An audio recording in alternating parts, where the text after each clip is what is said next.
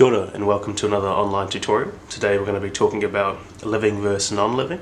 Specifically, how do we know if something's living? How do we know if something's non-living? How does that differ from something being dead? What are the life functions you need to be living? What is Mrs. C. GREN? And go through an example. Let's get to it. So, in our topic of biology, a living object is something that carries out life functions. The life functions we're going to touch on with Mrs. C. GREN. A non-living object is an object that has not been alive. A dead object is an object that was once alive, once did the life functions, now no longer does. So all organisms, or living things, are composed of one or more cells. And a cell is a small living unit that contains all the chemicals and molecules that help support an organism's life. Okay? So, we classify things as living or non-living using an acronym, Mrs. C. GREN. Okay?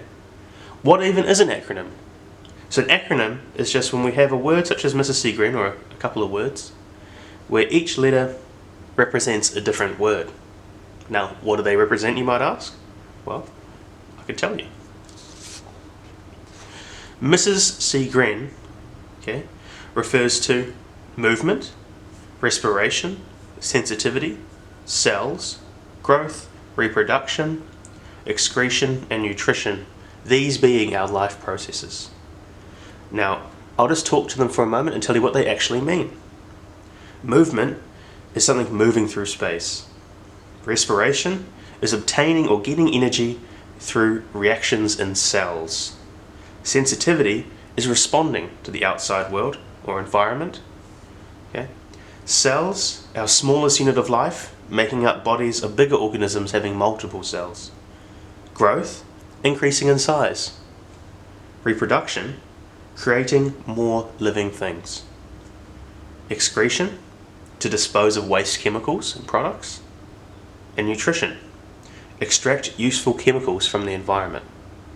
Okay, so that's our life processes. To be living, you must do all of these things. If you do some of these things, but not all of them, you would be non-living. If you do none of these things, you are definitely non-living. If you once did these things but no longer do, it's unfortunate, but you're dead. Okay, let's look at an example of a cow and a car. Okay? Movement. Can both of these move through space? Yes. Do both of these respire? Do they produce energy in their cells? A cow does, but a car does not. Are they responsive and sensitive to the environment? A cow is. If you sneak up on it, it will get a fright and run away. You can't sneak up on a car or scare a car. It doesn't see petrol on the road and move towards it. It doesn't sense you coming and turn on.